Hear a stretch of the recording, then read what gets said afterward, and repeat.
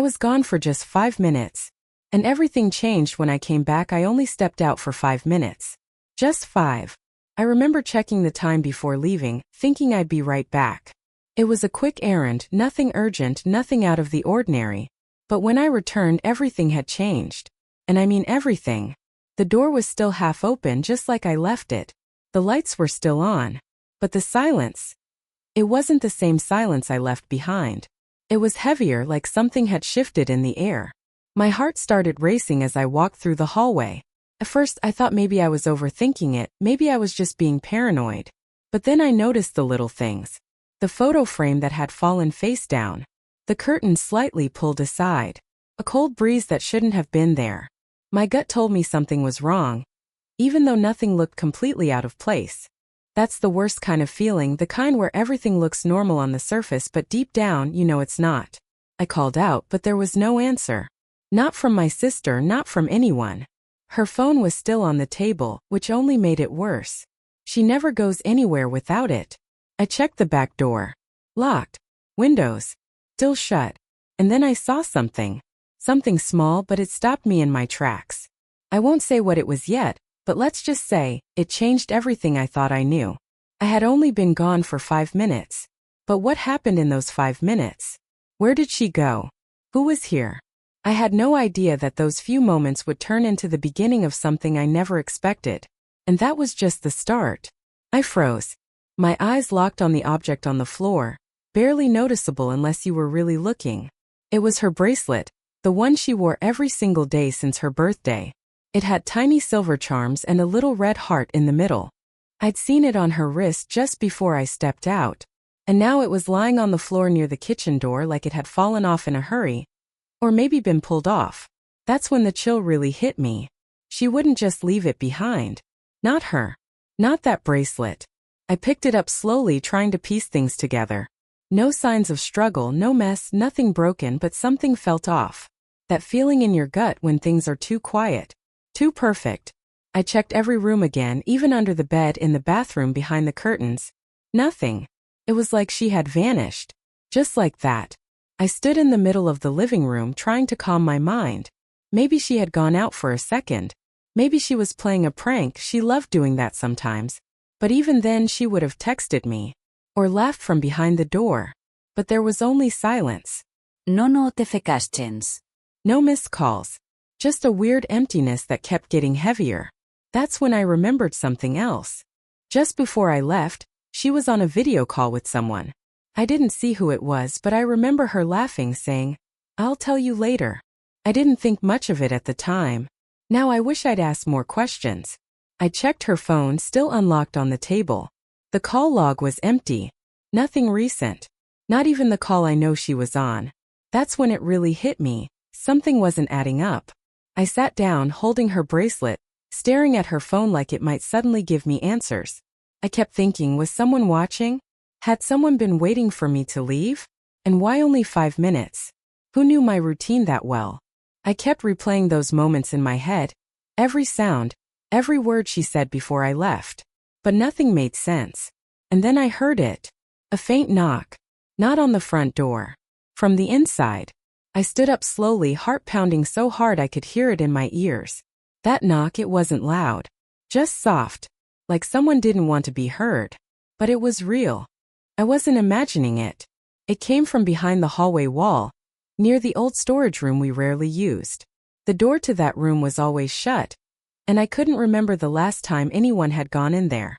I moved toward it, each step feeling heavier than the last. The lights in that part of the house had always been dim, and right now it felt colder too. I reached for the handle, but it was locked. We never locked it. I whispered her name again, my voice barely audible. Still no reply. I knocked gently back just in case. Nothing. I pressed my ear to the door, holding my breath. And then movement. A slight shift. Like a footstep or something brushing against the other side. But before I could react, a notification buzzed on her phone back in the living room. It was a text. Just one line. "Don't open it." I rushed back to the phone. The message had no name, no number, just unknown. My hands were shaking as I read it again. Was she sending this from another device? Or was it someone else? And what was behind that door? The timing was too perfect. Whoever sent that message knew what I was about to do. The main conflict wasn't just her sudden disappearance anymore. It was this growing sense that someone was watching every move I made. Someone who knew where I was, what I was doing, and when I'd be back. Felt personal now. Like I was being pulled into something I didn't understand. There were so many questions and no real answers. Why erase the call log? Why leave the bracelet behind? Why that knock, that message, and that specific door? And why did it all happen in the exact 5 minutes I stepped out? That's when another memory hit me. A few nights ago, she told me she thought someone had been following her. Just casually while we were watching TV. I laughed it off. We both did. She even joked about it. But now I wasn't laughing. My hands were cold. Not just from fear, but from the creeping sense that I was running out of time. I kept looking at the door to the storage room, then back at the message on her phone. Don't open it. Who sent it? And how did they know? I hadn't told anyone. I hadn't even touched the doorknob yet when the message arrived. That meant someone was either watching me or already inside. I couldn't decide what was worse. I opened the camera app on her phone and slowly walked toward the door again. I turned on the flashlight, aiming it around the edges. Nothing. No light coming through. No sound now either. Just the weight of silence pressing in from all sides. I knelt and looked underneath. Darkness. Still, part of me felt drawn to it, like whatever was behind it held the answer to everything that had just happened. Her disappearance. The missing call. The bracelet. The warning. But before I could even think about unlocking it, I noticed something else. Just to the side of the hallway wall. A small piece of torn fabric, barely hanging off a splintered edge near the floor. It was familiar. I reached for it and felt a chill run down my spine. It was from her hoodie. The one she'd been wearing that day. I turned and ran to the back of the house, toward the security cabinet. I'd almost forgotten about the old CCTV system we'd had installed years ago. Most of the cameras didn't work anymore, but one in the hallway near the storage room still lit up. I pulled up the feed and went straight to the recorded footage, back to the exact moment I left the house. First it looked normal. She was walking around, phone in hand, casually talking. Then suddenly, she turned, looked straight into the camera, and her smile dropped. Something had caught her attention off-screen. She mouthed something. I couldn't make it out. She walked quickly toward the storage room. The last thing the camera recorded was the door shutting behind her. Then static. Nothing after that. Just fuzz. The timestamp kept moving but no image. My stomach dropped. Someone had cut the feed after she went in. But how? That camera had no remote access. You'd have to physically be there. I sat back, feeling like the walls were closing in. Whoever was involved, they were smart. Careful. They knew exactly what they were doing. I was now sure of one thing. She hadn't just vanished. She was still inside the house. Somewhere. And maybe not alone. The phone buzzed again. Another message, same unknown number. It's not just her now. I looked up, heart racing. Every sound in the house felt louder.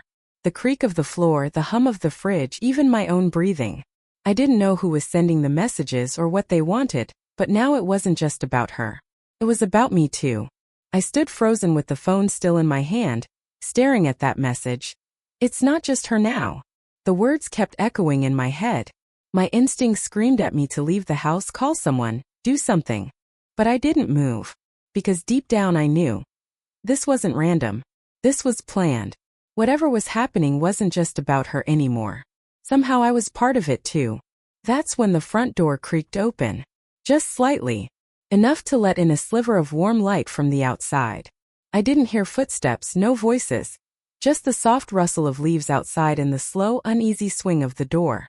I walked toward it slowly, holding my breath. As I got closer, I noticed something unusual. A small box had been placed just inside the door. No label, no tape, nothing written on it. It looked ordinary. Too ordinary. Like it was meant to look harmless. I bent down, cautiously opened the lid, and inside was a flash drive. No note. No explanación. Just that. I took it to my laptop, plugged it in, my heart beating so loud I could barely hear anything else, and a single video file popped up. I clicked play. The footage was grainy, like it had been recorded on an old camera. It showed the hallway. Our hallway. The same one leading to the storage room. But the timestamp wasn't from today. It was from 3 days ago. I watched as the screen flickered, and then I saw her, my sister, standing there with someone. A man. Tall, wearing a hoodie, his face hidden by the shadows. She was handing him something. A small envelope, and they were arguing. No sound, just movement. She looked angry, then scared. He took the envelope, turned, and walked straight toward the storage room. The camera cut again. Then jumped to the next morning. The same hallway. But this time the man was alone. He stepped out of the room, glanced toward the camera like he knew it was there, and smiled. That was it. The file ended. I pulled the drive out, hands shaking. What envelope? Who was he? Why didn't she tell me any of this? Suddenly, her recent behavior made sense. The late-night calls, locking her door, constantly checking the windows. She knew something was coming. And she didn't say a word. Maybe to protect me. Or maybe because she didn't think it would go this far. The stakes weren't just higher now, they were something else entirely. Whatever this was, it wasn't just about a missing person. It was deeper. She had gotten involved in something dangerous. Something that found its way into our home. I looked back down the hallway toward the storage room. The door still locked, still silent. Then came the final twist. The phone buzzed again. This time a photo. It was me. Sitting in front of the laptop watching the video. Taken just seconds ago. From inside the house. My blood ran cold.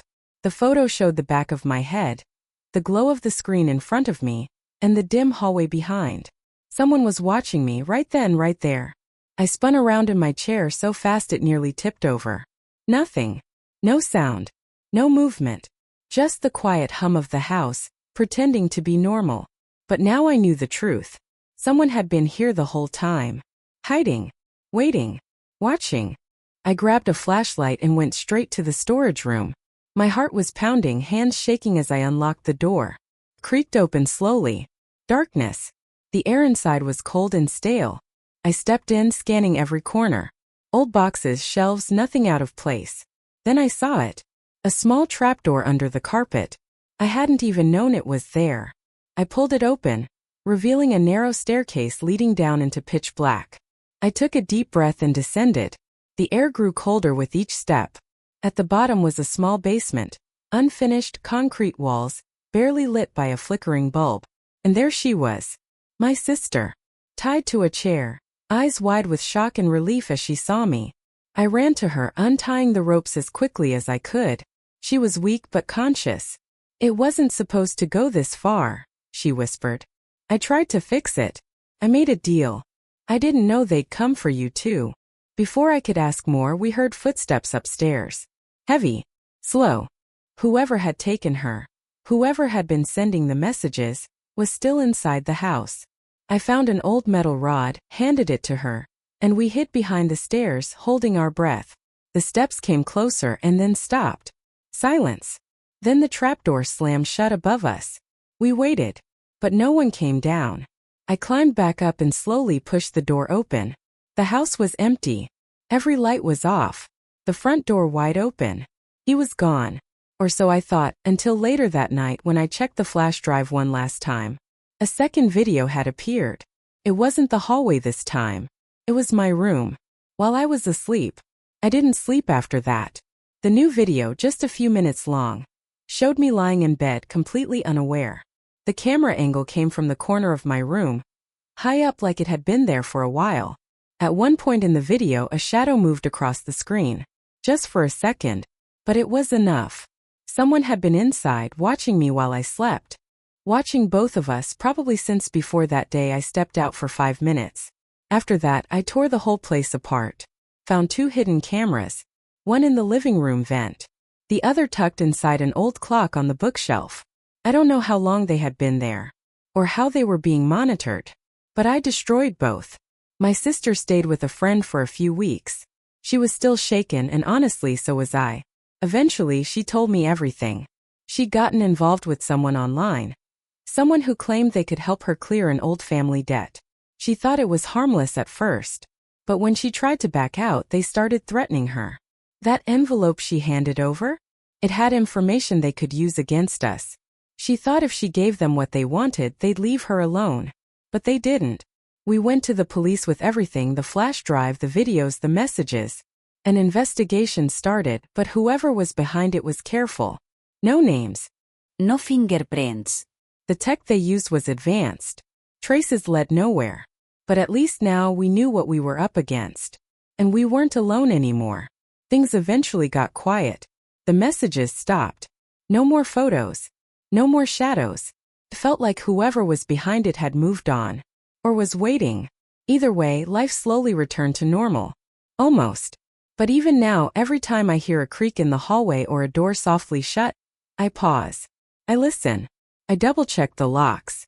Because I was only gone for 5 minutes. And in those 5 minutes, everything changed. Sometimes it only takes one small moment for life to split into a before and after. Just 5 minutes. That's all it took to remind me how fragile normal really is.